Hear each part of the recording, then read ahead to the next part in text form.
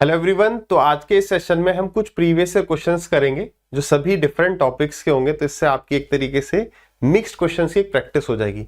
साथ ही साथ हम ये भी देखेंगे कि इन सवालों को कितने परसेंट स्टूडेंट्स ने सही किया था, जिससे आपका कॉन्फिडेंस भी बूस्टअप होगा कि यार सवाल उतना मुश्किल नहीं था, फिर भी इतने ही कम स्टूडेंट्स ने सही क्यों किया। ठीक है, तो जब भी आप मॉक टेस्ट लगा रहे हैं इसलिए आपको इधर उधर भटकने की आवश्यकता नहीं है। आप प्रीवियस ईयर क्वेश्चंस को लगाइए, उसमें भी आपको बहुत अच्छे सवाल मिल जाएंगे। दो चीजें आपको देखनी है, कितने परसेंट स्टूडेंट्स ने सही किया, एवरेज टाइम कितना था। आपका जो टाइम है वो इस एवरेज टाइम के आसपास से कम रहे तो बढ़िया है। बिना किसी विलंब के जो है हम सवालों की शुरुआत करेंगे। आप एक बार वीडियो को पॉज करके सवाल को ट्राई अवश्य करेंगे, ठीक है। चलिए, तो हम ये देख लेते हैं इस सवाल को कितने परसेंट स्टूडेंट्स ने सही किया था। ओनली 50%, जबकि सवाल बेहद आसान है, ठीक है। 40% एंड बिलो अगर स्टूडेंट सही कर रहे हैं तो वो सवाल डेफिनेटली बहुत इंपॉर्टेंट बन जाता है। आइए सवाल को देखते हैं कुछ। अब क्योंकि ये मेंस का टाइम चल रहा होगा, चाहे CHSL वाले स्टूडेंट्स हो, उनको भी आगे मेंस देना है, तो आप कुछ इंपॉर्टेंट पॉइंट्स को, मेरे सजेशंस को पकड़ते हुए चलना। एग्जाम में बहुत ज्यादा आप ना ट्रिक्स या बहुत ज्यादा एक्स्ट्राऑर्डिनरी दिमाग नहीं लगा पाएंगे। जो चीज पहले क्लिक कर रही है उससे कर जाओ, जिसमें आपको कॉन्फिडेंस है। जैसे the average weight of P and his 3 friends is 55 kg. If P is 4 kg more than average weight of his 3 friends, what is P's weight in kg? तो सीधे हमें समझ में आ गया है, उसके 3 फ्रेंड हैं, उनका एवरेज वेट अगर P है, P जो फ्रेंड है, चलो P तो एक आदमी है, फ्रेंड का एवरेज वेट F है, तो कितने फ्रेंड हो गए? 3 फ्रेंड, तो 3F फ्रेंड का टोटल वेट कितना हो गया? 3F हो गया। अब सवाल में यहां पर यह भी कह रहा है कि P का जो वेट है वो 4 kg अधिक है, किससे? एक फ्रेंड के, जो 3 रिमेनिंग फ्रेंड हैं उनके एवरेज वेट से, यानी उस दोस्त का, यानी इस P का अगर मैं वेट आपसे पूछूं कितना हो गया, तो दोस्त के वेट में आप कितना इंक्रीज कर दो? 4। अगर इसको मैं इसके साथ जोड़ दूंगा तो क्या आ जाएगा? टोटल वेट आ जाएगा। तो देखो टोटल वेट कितना है? P और उसके 3 दोस्तों का जो वेट है, एवरेज वेट, वो 55 है, तो टोटल वेट कितना हो गया? इतना। बस इसको इक्वेट कर दिया। यहां से क्या आ जाएगा? एक दोस्त का वेट आ जाएगा, उसमें 4 जोड़ दोगे तो किसका वेट आ जाएगा? P का। अब यहां पकड़ो, 4F हो गया, 4F plus 4 is equal to 55 into में 4 है। अब आपको सब जगह 4 दिख रहा है, 4 कॉमन ले लेंगे यहां से, तो ये कितना हो जाएगा? F plus 1 is equal to कितना? 55। तो F की वैल्यू कितनी आ गई? 54। तो भाई दोस्त की, इस P की वैल्यू कितनी आ गई? P, तो 54 में 4 जोड़ दो 58। ये बात समझ में आई? इतना मुश्किल नहीं था कि 50% ही कर पाए, इक्वेशन सीधी सीधी थी। अब ये समझो, अगर मैं आपको ये दिखाना चाहूं, देखो इसे हम एक लाइन में भी कर सकते थे। ये सारी चीजें एग्जाम हॉल के बाहर होती हैं, जो चीज तुरंत क्लिक कर रही है। देखो बात को समझना, यही इंपॉर्टेंट पॉइंट्स हैं। 30 सेकंड या 20 सेकंड में लगा दूं छोटा सा कंसेप्ट समझने में, ठीक है, कि यार इसे छोटा कैसे कर सकते हैं, और वहीं 20 सेकंड में मेरी इक्वेशन सब बन जाए, केवल सॉल्व करना बाकी हो, तो भाई ये भी बहुत बढ़िया चीज है ना। और इसमें क्या हो गया? इसमें गलती होने के चांस हो सकते हैं, कम लिखा है तो हम भूल भी सकते हैं, तो वहां पर ये चीज लगाओ जहां पर आप कंप्लीटली श्योर हो, उस तरह के काफी सवाल लगा चुके हो। अब इसे मैं एक लाइन में करवा के आपको दिखाऊं कि भाई P और उसके 3 दोस्त हैं, उनका वेट कितना है? एवरेज वेट 55 है, और P का वेट जो है वो दोस्तों से कितना अधिक है? 4 kg अधिक है। यानी मैं मान लूं कि वो जो दोस्त है उनका एवरेज वेट इतना है, यानी इसका भी x, इसका भी x, इसका भी x, तो P का वेट कितना हो जाएगा? x plus 4। लेकिन अगर मैं इन चारों की बात करूं तो एवरेज वेट कितना दिया है? 55 दिया है। तो ये सारी चीजें ओवरली हो जाती कि भाई यहां पर देखो एवरेज वेट मतलब सबके पास बराबर, यानी अब यहां पर मैं x प्लस 1 कर दूं, समझना, तो 3 बच गया। वो 3 अगर मैं इन सबको दे दूं तो इनका एवरेज क्या है? हम ये कह सकते हैं इनका एवरेज जो है वो x प्लस 1 हो जाएगा। x प्लस 1 की वैल्यू 55, x की वैल्यू 54 आ गई, तो x प्लस 4 की 58 खत्म। लेकिन एग्जाम में शायद ऐसे अप्लाई ना हो पाए। इन पॉइंट्स को आपको मेन समझने की कोशिश करनी है। आ जाइए अगले सवाल को देखते हैं, पॉज करेंगे, ट्राई करेंगे, ठीक है। चलिए, इसको सही किया है ओनली 38% लोगों ने। यहां पर मैं थोड़ा सा आपके साथ डिस्कस करना चाहूंगा जिनको बहुत अच्छी तरीके से आता है। जैसे इसको करना कैसे, पहले हम बात कर लेते हैं, फिर ये मैंने कैसे किया वो बता देंगे, ठीक है। आपने हाइट एंड डिस्टेंस की क्लासेस देखी हो मेरी, तो उसमें ये चीज हमने डिटेल में डिस्कस भी किया। एक बार फटाक से भी कर देंगे। क्या कह रहे हैं? The angle of elevation of the top of unfinished tower at a point distant 78 metre from base is 30 degree. तो यानी ये टावर अभी पूरी बनी नहीं है, तो एक पॉइंट जो कि 78 मीटर दूर है वहां से एंगल ऑफ एलिवेशन कितना है? अरे 2x पे मत देखो, 1.5x पे देख लो, बहुत है, 30 डिग्री है। तो वो कह रहा है how much higher must the tower be raised in metre so that the angle of elevation of the top of the finished tower at the same point will be 60 degree. मतलब इसको मैं ऊपर कितने मीटर तक और बनाऊं ताकि जो बाद में एंगल ऑफ एलिवेशन है वो कितना हो जाए? 60 डिग्री। तो क्या होगा, ये 78 है तो ये हो जाएगी 78 अपॉन √3, और जब पूरी बन जाएगी तो 78 √3, दोनों को माइनस कर देंगे, आंसर आ जाएगा। अब यार ये कैसे लिख दिया, सीधे यहां आ जाओ। देखो हम 30-60 वाला एक केस डिस्कस कर लेते हैं, 45-45 वाला आप बना ही लेंगे। देखो ये एंगल 30 डिग्री हो सकता है या फिर ये एंगल 60 डिग्री हो सकता है। कब? जब ये एंगल 90 डिग्री होता है। ये बेसिक पे मैं आ रहा हूं एक बार, है ना। ये 90 है तो ये 60 हो सकता है, ये 30 हो सकता है, और क्या हो सकता है? 45 हो सकता है। 45 वाला तो आपको आता है, वो हम डिस्कस नहीं कर रहे, 1/√2। अब यार ये दोनों एक ही तो चीज है, ये 60 है तो ये 30 हो गया, और ये 30 है तो 60 हो गया। यानी कुल मिलाकर हम ये कह सकते हैं बेसिकली हम एक ही ट्राइंगल में ये 30 और 60 दोनों हो जाते हैं। अगर 30 है तो 60 भी होगा, 60 है तो 30 भी होगा, बात सही है। अब देखो क्योंकि हम परपेंडिकुलर, याद रखना हम परपेंडिकुलर और बेस के बीच में खेल रहे होंगे। किस किस के बीच में? परपेंडिकुलर और बेस।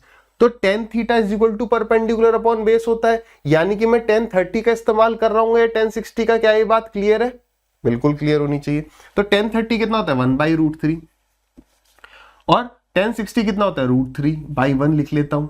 यानी कि एक बार 1 होगा तो दूसरी साइड √3 होगी, √3 होगी तो 1 होगा। मतलब बेसिकली 1 और √3 दोनों में है। यानी एक बार ये अगर 30 होगा तो ये 1, ये √3, 60 होगा तो ये √3, ये 1। यानी कि इसका मतलब ये समझो हम या तो √3 से मल्टीप्लाई कर रहे होंगे या √3 से डिवाइड कर रहे होंगे। बात क्लियर है? समझना आराम से एक बार, अगर ये नहीं समझा, अदरवाइज समझ रखा है स्किप करके आगे बढ़ सकते हो। इसका मतलब ये है अगर मैं ये कह दूं कि ये वाली साइड 5 है तो बताओ ये कितनी होगी? तो आप ऐसे ही तो करते हो कि भाई tan थीटा बराबर परपेंडिकुलर अपॉन बेस, और tan 30 कितना होता है? 1/√3। तो यानी बेस आ गया 5√3। हमें ये पूरा मामला स्किप करना है, बहुत आसानी से हो जाएगा। देखो जब छोटा एंगल, हमें ये समझ में आया कि या तो मैं √3 से डिवाइड करूंगा या मल्टीप्लाई करूंगा। मल्टीप्लाई करने से बड़ा हो जाएगा, डिवाइड करने से छोटा हो जाएगा, ठीक है। अब देखो 30 के अपोजिट की साइड 5 है तो ये एंगल कितना होगा? 60। बस इतना बताओ, बड़े एंगल की साइड बड़ी होती है ना। 30 के अपोजिट 5 है तो 60 के अपोजिट 5 से बड़ी होगी। बड़ी करने के लिए √3 से मल्टीप्लाई कर देंगे, आंसर कितना आ गया? 5√3। अब आ जाओ, अब आप इस सवाल को समझ पाओगे। इसका मतलब, और साथ ही साथ चलो एक और करवा देते हैं आपको, समझ में आ गई ना बात। अगर यहां ये 60 हो जाता तो मैं कहता 60 के अपोजिट 5 है तो 30 के अपोजिट 5 से छोटा होगा, तो छोटा करने के लिए डिवाइड कर देंगे, बस और कुछ नहीं करना है। अब यहां पर आ जाइए, सवाल कैसे किया। जैसे ही हमने देखा ये 78 है, आप एग्जाम में फिगर भी नहीं बनाओगे क्योंकि 30-60 वाला केस है। यहां पर एक साइड बड़ी होगी, 78 इंटू √3 होगी, एक 78 अपॉन √3 होगी। बात समझ पा रहे हो? जब ये साइड 30 है तो 30 के अपोजिट की साइड छोटी होगी तो 78/√3।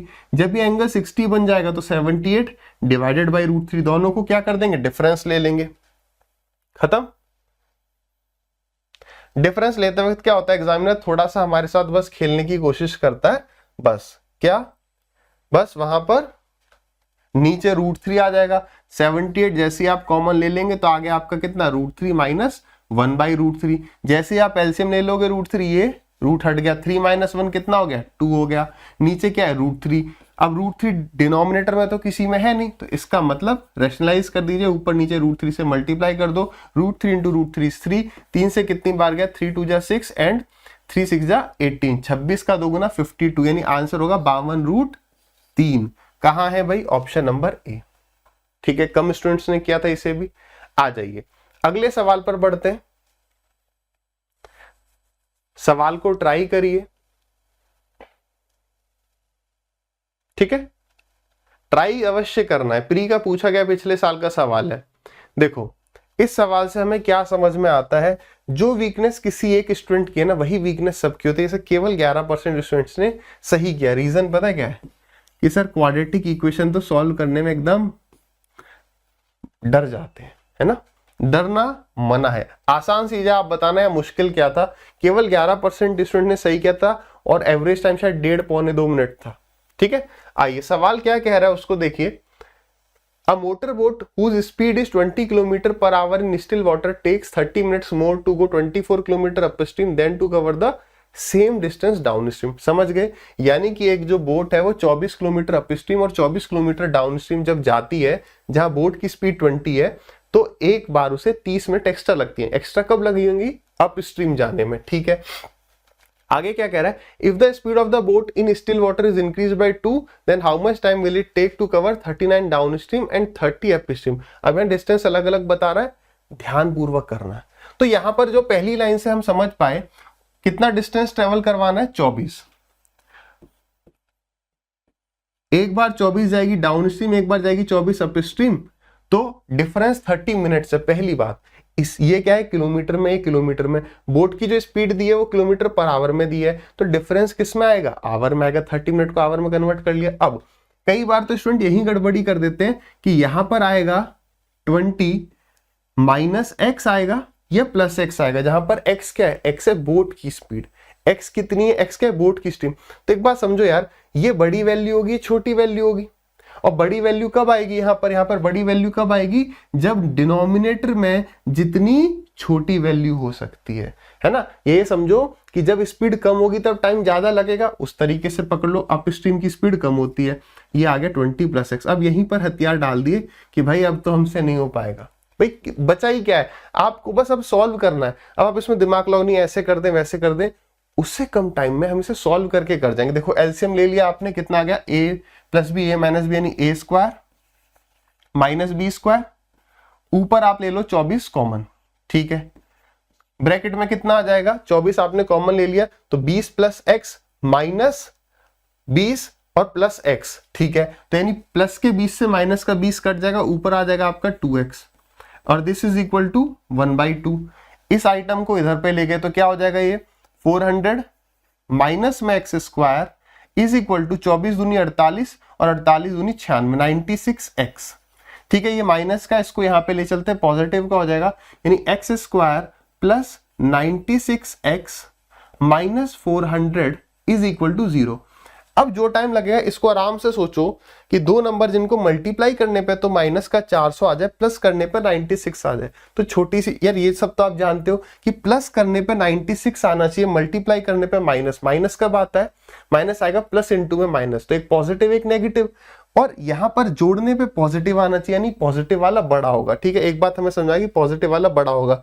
थोड़ा सा ही अगर आप देखेंगे तो 4 इंटू में 100 इज 400, यानी एक होगा आपका नंबर 100, एक होगा आपका 4।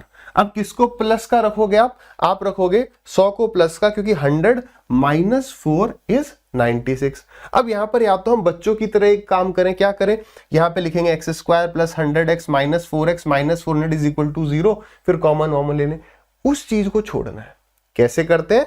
आप जैसे ही दो नंबर पता कर लेते हो तो आपको क्या करना है? उसका साइन बदल देना है। उसका क्या कर देना है? साइन बदल देना है और डिवाइड कर देना है एक्स स्क्वायर के कोफिशिएंट से, यानी एक्स स्क्वायर के आगे जो लिखा होगा, यहाँ पे 1 है, यानी कि बोट की स्पीड इन दोनों में से कोई एक होगी, तो नेगेटिव नहीं हो सकती, यानी सॉरी नॉट बोट की स्पीड, स्ट्रीम धारा की चाल हमें मिल गई 4। समझ में आई ये बात छोटी सी?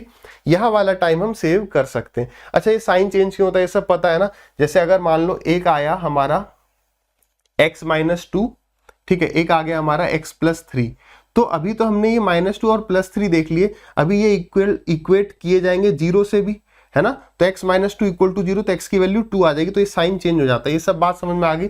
तो अभी तक हमने देख लिया कि हमारी जो स्ट्रीम की स्पीड है वो 4 आ गई। अब बस खत्म हो गया। अब वो क्या कह रहा है? वो कह रहा है 39 किलोमीटर डाउन स्ट्रीम और 30 किलोमीटर अप स्ट्रीम ट्रेवल करने में कितना टाइम लगेगा? भूल मत जाना 2 किलोमीटर स्पीड बढ़ा दी है, तो 20 प्लस 2 22 हो गया, और डाउन स्ट्रीम जा रहे हैं तो स्पीड ऐड हो जाएगी। वो यहां पर ये डाउन और अप क्यों दे रहा है? ताकि मैं प्लस माइनस में गलती कर जाऊं। ठीक है, तो 22 और क्योंकि डाउन स्ट्रीम है तो ऐड हो जाएगा 26 हो गया, और 22 माइनस 4 18 हो गया।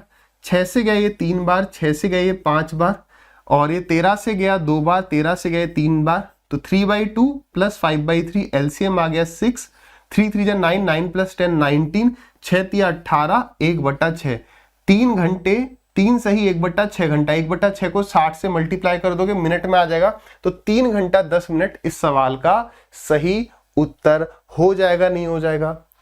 तो ये अब आपको सर कॉम्प्लिकेटेड था, मेरे भाई सिलेक्शन लेना है तो कॉम्प्लिकेटेड सवाल तो करने ही पड़ेंगे, शायद 11% ने सही किया था।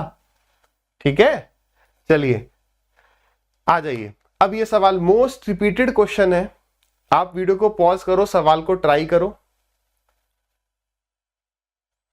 ठीक है, मैं ये आशा कर लूं कि आप लोग ट्राई कर रहे हो, बोलो कर लो। ठीक है, इस सवाल को सारे प्रीवियस ईयर क्वेश्चंस हो रहे, इसको 28% ने सही किया था। मैंने न जाने कितनी बार बताया है और बाकी एजुकेटर्स ने भी कई बार बताया, लेकिन गलती करते ही हैं। क्या क्या अप्रोच बताइए, मैंने आपको हमेशा कहा यार ये सवाल ना दो तरीके से होता है, या तो ये वैल्यू पुट से हो जाएगा तो तुरंत हो जाएगा, नहीं होगा तो यहाँ पर क्वाड्रेटिक इक्वेशन आपकी बनेगी और वहां से फिर आपको ट्राइंगल वगैरह बनाना पड़ेगा। क्लियर है? अब वैल्यू पुटिंग के लिए भी मैंने आपको एक बड़ी आसान सी चीज बताई थी कि कुछ मत सोचो। देखो अब मैं आपको एक बार रिवाइज भी करा दूं कि वैल्यू पुटिंग कैसे करनी है। 4 sin square theta is equal to 3 into में 1 प्लस कॉस थीटा, ये चीज आपको अपनी स्क्रीन पे दिख रही होगी, बोलो हाँ या ना। ठीक है, अब समझना, यहां पर जो वैल्यू कभी भी सेटिस्फाई करती है, मैं क्योंकि यार अब जो इंपॉर्टेंट चीजें वो एक बार डिस्कस कर ही ली जाए तो बढ़िया है। देखो 0 और 90 तो इक्वेट, 0 और 90 पे तो सेटिस्फाई नहीं होगा, वरना 0 इज इक्वल टू समथिंग आएगा, या यहां पर 0 आ जाएगा, 0 इज इक्वल टू समथिंग। ठीक है, यहां पर 45 भी नहीं अप्लाई होती है अधिकतर केस में, क्योंकि 45 पर सेटिस्फाई होने के चांसेस कम हो जाते हैं, है ना। 45 पे क्योंकि साइन और कॉस बराबर होते हैं, इतना तो समझते चलना, मैं मान के चल रहा हूं आप मेंस वाले स्टूडेंट हो। तो 30 या 60 की ही चांसेस होते हैं। ठीक है, 30 या तो यहाँ पे पुट हो जाएगा या यहाँ पर, मतलब या तो 30 या फिर 60, किसी एक पे सेटिस्फाई करेगा। अब इतना न सोच के, छोटी सी बात ये समझना, मतलब अगर मैं कहूँ साइन 30 कितना होता है, आपको सर साइन 30 हाफ होता है, तो अगर मैं यहाँ पर हाफ पुट कर दूं तो यानी यहाँ पर cos 30 √3/2 पहुंच जाएगा। तो देखो यानी यहाँ पर तो हमारी जो वैल्यू है वो तो कंप्लीट एक नंबर होगा, चाहे भले फ्रैक्शन में हो, लेकिन यहाँ पर रूट आने लगेगा, यहाँ पर कोई रूट नहीं है। तो इसका मतलब देखो 30 और 60 पर एक जो है एक प्रॉपर नंबर रहेगा विदाउट रूट, एक नंबर रहता है विद रूट, है ना। जब यहाँ 30 डालोगे तो यहाँ पर हाफ, यहाँ 60 डालोगे तो ये हाफ, यहाँ पे रूट, यानी कि एक तरफ रूट रहेगा एक तरफ रूट नहीं रहेगा, तो दोनों इक्वल नहीं हो सकते। लेकिन क्योंकि यहाँ पर स्क्वायर है तो यानी रूट वाली जो वैल्यू है वो अगर सेटिस्फाई करेगी तो बस यहाँ सेटिस्फाई कर सकती है, कोई 30-60 का चक्कर में नहीं आना है। लेकिन ये बात याद रखना, हम कब के लिए बात कर रहे हैं, कहीं आप यहाँ पे टेन और सेक में भी वो चीज लगाओ, अधिकतर ये सवाल साइन कॉस में आता है, तब के लिए बात कर रहे हैं। 99% ये सवाल साइन कॉस में वो आपसे पूछेगा। बात क्लियर है? अब तो एग्जाम में हम तुरंत देखेंगे कि यार यहाँ पर ना रूट की वैल्यू डालें क्योंकि यहाँ स्क्वायर, सीधे ये बात दिमाग में आनी चाहिए। तो क्या 4 इंटू में √3 का स्क्वायर और 2 का स्क्वायर, क्या ये बराबर हो जाएगा 3 इंटू में 1 प्लस में हाफ, तो ये कितना हो गया 4 उड़ गया, यहाँ पे 3 आ गया, तो यहाँ पर 3 है तो ये पूरा 1 तो हो नहीं रहा, ये 1.5 हो रहा है, तो ये तो सेटिस्फाई नहीं कर रहा है। यानी हम समझ गए तुरंत कि भाई ये ना यहाँ पर थोड़ा सा हमारा समय खाना चाहता है, सवाल में क्वाड्रेटिक ही अप्लाई होगी। सीधे क्या करेंगे, अब साइन स्क्वायर को ब्रेक कर देंगे, किसमें, कॉस स्क्वायर के फॉर्म में। तो 4 इंटू में 1 माइनस में cos square theta is equal to 3 + 3c। इसमें भी आपको क्या बात ध्यान रखनी है, यार बार बार कॉस कॉस नहीं लिखना है, उसमें भी तो टाइम वेस्ट। जब यहाँ पे एक ही कॉस ही लिखना तो एक बार सी लिख दें केवल, डन। ये कितना हो गया आपका 4 माइनस में 4 cos square theta is equal to 3 + 3 cos theta. कोशिश करते हैं कि कोफिशिएंट वाला पार्ट किसका स्क्वायर का हम पॉजिटिव रख लें, तो इसको राइट में लेके चलेंगे तो कितना हो गया 4 cos square theta plus 3 cos theta -1 equal to 0। मेरे को फटाक से बता दो दो नंबर जिनको मल्टीप्लाई करने पे -4 आ जाए और प्लस करने पे 3 आ जाए, तो यानी कि जो बड़ा नंबर है वो पॉजिटिव रखना पड़ेगा। तो एक आ गया हमारा 4 और एक हो गया हमारा -1। एक बार हल्का सा क्रॉस चेक कर लियो, मल्टीप्लाई करने पे -4 प्लस करने पे 3, ठीक है। अब क्या करेंगे, अब इससे तो कर देंगे डिवाइड एक्स स्क्वायर वाले के कोफिशिएंट से जो हमने अभी बात करी थी, ठीक है। और एक साइन कर देंगे चेंज, मतलब चेंज का मतलब ये नहीं इंटरचेंज कर देना है, माइनस से मल्टीप्लाई कर देंगे। क्या कर देंगे, दोनों को माइनस से मल्टीप्लाई, क्योंकि इक्वल टू 0 करना पड़ता है, ठीक है। तो यानी ये आ गया -1 या 1/4। अब यहां पर देखो वो क्या कह रहा है, थीटा जो है वो 0 से 90 के बीच में है, तो जब थीटा 0 से 90 के बीच में है तो कॉस की वैल्यू कभी भी नेगेटिव नहीं हो सकती, यानी कॉस थीटा बराबर 1/4। तो आपने तुरंत ट्राइंगल बनाया, कॉस थीटा बराबर 1/4, तो ये हो गया आपका थीटा, ये हो गया b/h। तो ये कितना हो जाएगा, 4 का स्क्वायर 16, 16 में से 1 गया 15, √15। किसकी वैल्यू पूछ रहा है, 2 tan थीटा। तो tan थीटा मतलब परपेंडिकुलर अपॉन बेस, थीटा यहां से देखना है। कल को वो यहाँ पे 90 माइनस थीटा कर सकता है, तो या तो tan 90 minus theta cot theta कर लो, या तो यहां से समझो कि ये 90 माइनस थीटा होगा, तो परपेंडिकुलर ही हो जाएगा, बेस हो जाएगा। समझ पा रहे हैं पीछे वाले सभी? हाँ ठीक है, चलिए +4 साइन थीटा इज p/h, तो ये हो गया √15/4, तो 4 से 4 कट गया, माइनस में सेक थीटा, सेक मतलब कॉस का उल्टा, कॉस मतलब कि b/h, यानी हो गया 4। तो कितना हो गया, 2√15 + √15 3√15, 3√15 माइनस में 4। कौन सा ऑप्शन है भाई, ये रहा, खत्म। चलिए अगला सवाल पॉज करके ट्राई करेंगे। ये सवाल बहुत बढ़िया है, इससे सीखने का मिले, मतलब ये इससे हमें ये सीखने को मिला है, इससे मैं ये जज कर पा रहा हूं कि यार स्टूडेंट जो है नए सवाल में लैंग्वेज को नहीं पकड़ पाता है। नया सवाल था, केवल सॉल्व करना था, केवल 14% ने इसे सही किया है। आ जाइए ट्राई करते हैं। देखिए सवाल क्या कह रहा है, Some students, only boys and girls from different schools appeared for an Olympiad exam. ठीक है, 20% of the boys and 15% of the girls failed the exam. ठीक है, the number of boys who passed the exam was 70 more than that of the girls. तो यहां से हमें क्या पता चला कि जितने बॉयज पास हुए हैं, अगर बॉयज बी थे, बी लड़के थे, अरे ये 14 कैसे नहीं मिटा, चलो कोई बात नहीं, यहां जाते हैं। देखो अगर 14 अगर बी लड़के थे और जी लड़कियां थी, ठीक है, तो वो कह रहा है कि जो लड़के हैं वो ज्यादा पास हुए हैं। तो यार अगर बी लड़के थे तो पास कितने, 20% तो फेल हुए, तो यानी 80% तो पास हुए, यानी 80% बी का माइनस कर दें, 15% लड़कियां फेल हुई हैं, तो 85% पास हुई हैं। ये बराबर किसके हैं, 70 के। बात क्लियर है, इक्वेशन जैसे कह रहा है वैसे कर दिया। आगे क्या कह रहा था वो, A total of 90 students failed, total मिला के 90 बच्चे फेल हुए, यानी मैं कह सकता हूं कि 20% लड़कों का प्लस लड़कियां फेल हुई हैं 15%, तो 15% लड़कियां बराबर आ जाता है कितना, 90। चलो 9 बना देता हूं, ठीक है, ये हो गया 90। वो क्या कह रहा है, find the number of students that appeared the exam, यानी वो पूछ रहा है बताओ भाई लड़के और लड़कियों का टोटल कितना है। डन है। अब यार ये बताओ, ये देखते ही आपको याद आ रहा है बचपन में x + y दिया है, x - y दिया, या इस तरह की जो लीनियर इक्वेशंस होती थी वही सॉल्व कर देनी है। तो क्या करेंगे, मुझे दिखा कि यार 15 का मल्टीपल 85 नहीं है, 20 का 4 गुना 80 है, तो मैंने कहा इसको 4 से मल्टीप्लाई कर लेते हैं। तो इसको 4 से मल्टीप्लाई कर दे तो कितना हो गया, ये हो गया 80b + 60g बराबर 360। अब क्या करना है, इन दोनों को सब्ट्रैक्ट करना है। क्या करना है, इन दोनों को सब्ट्रैक्ट, बड़ा माइनस छोटा, ऐसे कर लो, बड़ा माइनस छोटा, तो इसमें से गया कट गया, 60 माइनस माइनस का 85, तो हो जाएगा प्लस का कितना, 6 और 8 14, यानी 145% लड़कियों का बराबर हो जाएगा किसके, 0, 6 और 6 12 और 1 13, 430। सॉरी प्लस कर दिया ना, माइनस कर रहे हैं, तो कितना हो जाएगा 60 और 10 70, यानी कि ये हो गया आपका 290। अब इससे हमें क्या पता चल गया कि 145% की वैल्यू 290 है, तो यानी 1% लड़कियां बराबर 2 के बराबर, तो यानी 100% गर्ल्स, मतलब कैसे भी कर देते, सीधे कट रहा है, तो लड़कियां जो है वो टोटल होगी 200। अब किसी भी इक्वेशन में 200 पुट कर दो, ठीक है, 15% ऑफ लड़कियां, 15% हो गया 30 वहां पे जाके माइनस हो गया, समझ में आ रहा है 60, 20% लड़के 60 के बराबर है, तो 100% हो गया आपके कितने, 3 और 300, ठीक है, खत्म, कुछ नहीं था। तो यानी 300 और 200 500, यानी हम कह सकते हैं टोटल मिलाकर कितने बच्चे थे, 500। तो ये सेशन यहीं पर होता है समाप्त। कैसा लगा बताना, ठीक है, कितने सवाल से भी वो भी बता सकते हैं।